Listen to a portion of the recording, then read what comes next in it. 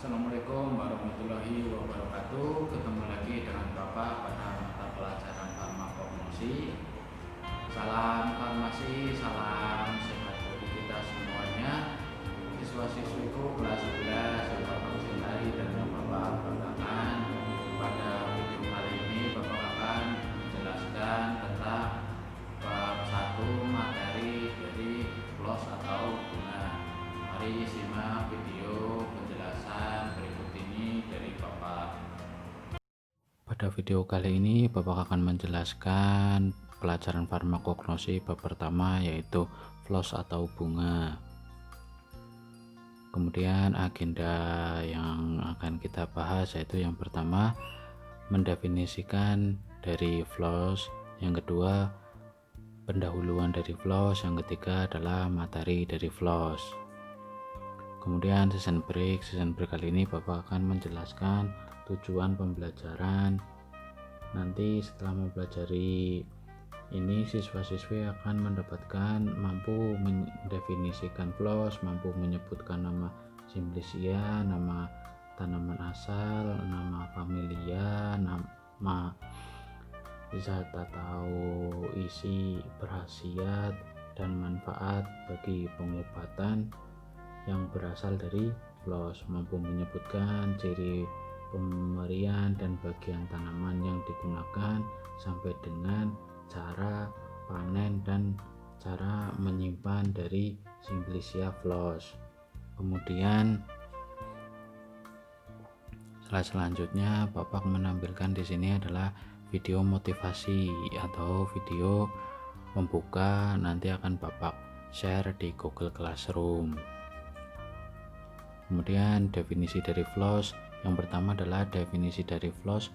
Floss atau bunga adalah modifikasi daun yang berubah fungsi menjadi alat reproduksi pada tumbuhan. Sumber Wijaya 2007. Yang kedua, definisi dari floss. Floss atau bunga adalah organ penting bagi tumbuhan karena di dalamnya terdapat alat perkembangan.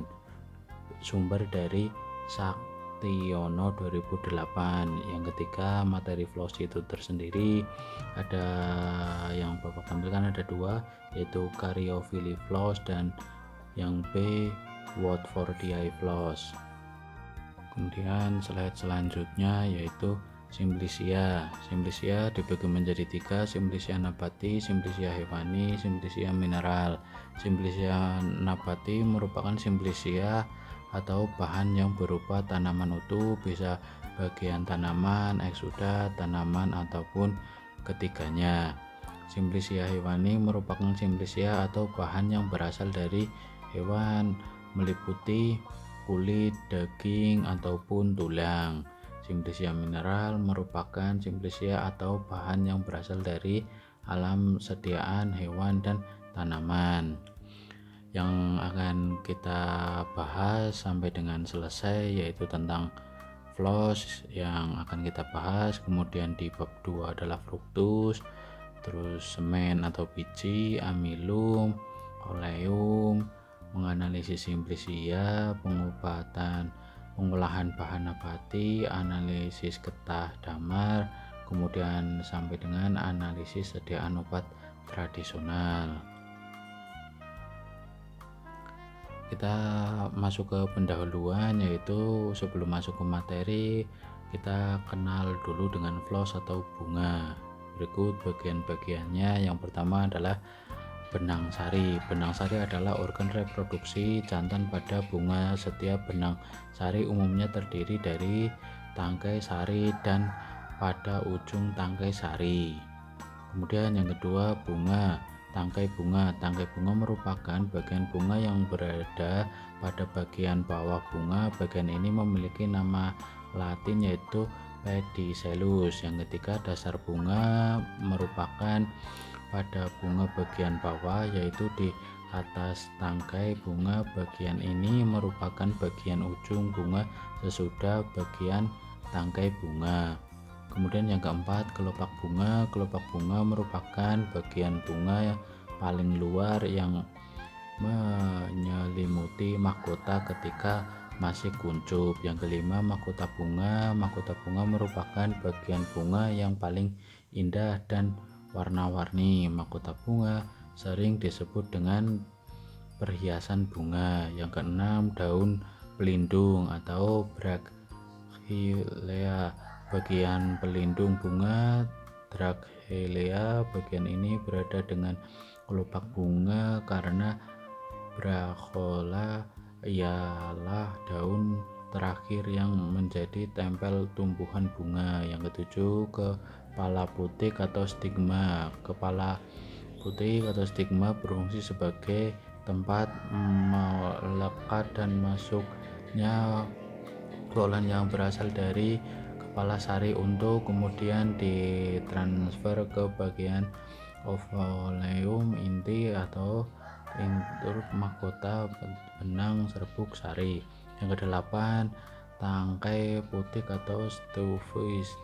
Tangkai putik atau stauphis berfungsi untuk menyangga kepala putik agar tetap berada pada posisi yang telah ditentukan. Yang kesembilan, bakal buah atau ovarium. Bakal buah atau ovarium berfungsi sebagai tempat terjadinya pembuatan di mana terjadi peleburan antara gamel jantan dengan gamel betina sehingga dimungkinkan terbentuknya bakal buah. Yang ke-10, bakal biji atau ovolum.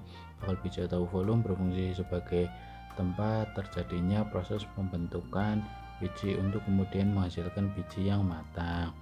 Dan siswa-siswi bisa melihat di pojok sebelah paling kiri, yaitu ini adalah bapak contohkan gambar dari bagian-bagian bunga. Untuk slide yang selanjutnya yaitu bapak contohkan tentang video literatur dan tentang bagian-bagian dari bunga. Nanti bapak share di Google Classroom, nanti siswa-siswi bisa mengetahui dan untuk menambah wawasan kalian.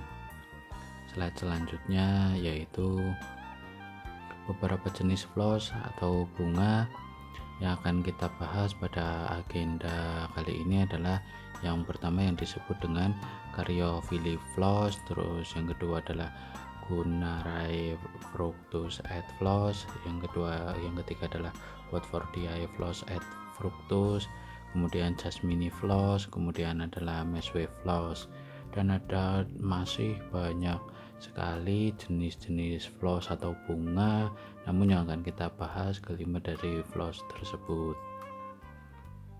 Penjelasan: nama lain cengkeh, tanaman asal Eugenia Caryophyllus Spreng, keluarga Myristiceae, zat berkhasiat utama atau isi minyak atsiri mengandung eugenol, zat berupa damar yang tidak berasa, zat hablur berupa jarum yang disebut karyofilin, zat penyamak, dan gom.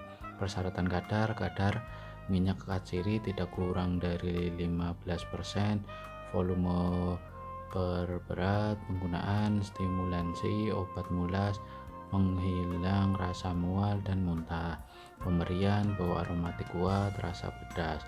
Bagian yang digunakan bunga yang masih kuncup, penyimpanan dalam wadah tertutup baik. Kemudian dimonitor, siswa-siswi semuanya bisa melihat ini adalah gambar dari itu cengkeh atau yang disebut dengan Eugenia Caryophyllus Spreng. Kemudian penjelasan yang kedua, nama lain adalah Sukma diluwih, tanaman asal Gunnarae macrophylla BL, keluarga Haloragaceae, zat berkhasiat utama atau isi. Kemudian ada pengguna penyegar badan, pemberian bau agak anyir mirip bau minyak ikan, rasa mula-mula asin, lama-kelamaan menimbulkan kelah dan rasa tebal di lidah. Bagian yang digunakan seluruh rangkaian buah dan bunga, kadang-kadang beserta pucuk, batang, dan daun. Penyimpanan dalam wadah tertutup baik. Ini adalah contoh gambar di sebelah paling kiri, siswa-siswi bisa melihat ya. Ini adalah gambar dari Sukma diluwih. Kemudian nama lain yaitu bunga dan buah sidowaya. Tanaman asal Watfordia fructicosa L atau Watfordia floribunda salisbury. Keluarga Literaceae. Zat berkhasiat utama atau isi: zat penyamak, tanin. Penggunaan: astringensia, pemberian, bau lemah, rasa kelah dan pahit. Bagian yang digunakan adalah bunga, penyimpanan dalam wadah tertutup baik. Ini gambar di samping adalah gambar dari bunga sidowaya. Kemudian penjelasan nama lain bunga melati, tanaman asal Jasminum sambak ya. Terus keluarga dari Olaceae. Zat berkhasiat utama atau isi: minyak atsiri, kemudian adanya asam forminat, asam benzoat, asam asetat, ester, metilantranil, sesquiterpen dan sesquiterpen alkohol. Penggunaan: korigen odoris, penurun panas atau antipiretika, pengganti ASI atau laktifuga. Pemberian: bau harum lemah, tidak berasa. Bagian yang digunakan tentunya adalah bunga, penyimpanan dalam wadah tertutup baik. Siswi bisa melihat ini adalah gambar dari bunga melati. Kemudian penjelasan selanjutnya nama lain bunga nagasari, tanaman asal Messuavierae L, keluarga dari Gluciaceae. Zat berkhasiat utama atau isi: lemak, protein, dan asam-asam organik seperti asam palmitat, asam linoleat, dan asam sitreat. Penggunaan: anti diare, aromatika, dan ekspektoransia. Pemberian: tidak berbau, rasa sepat, warna coklat sampai coklat kehitaman. Bagian yang digunakan: bunga yang masih kuncup, bunga yang sudah mekar, dan benang sari. Penyimpanan dalam wadah tertutup baik. Ini kalau yang belum pernah lihat bunga nagasari, siswa-siswi bisa melihat ini seperti ini bentuknya. Kemudian slide selanjutnya adalah rangkuman. Floss atau bunga atau kembang adalah struktur reproduksi seksual pada tumbuhan berbunga.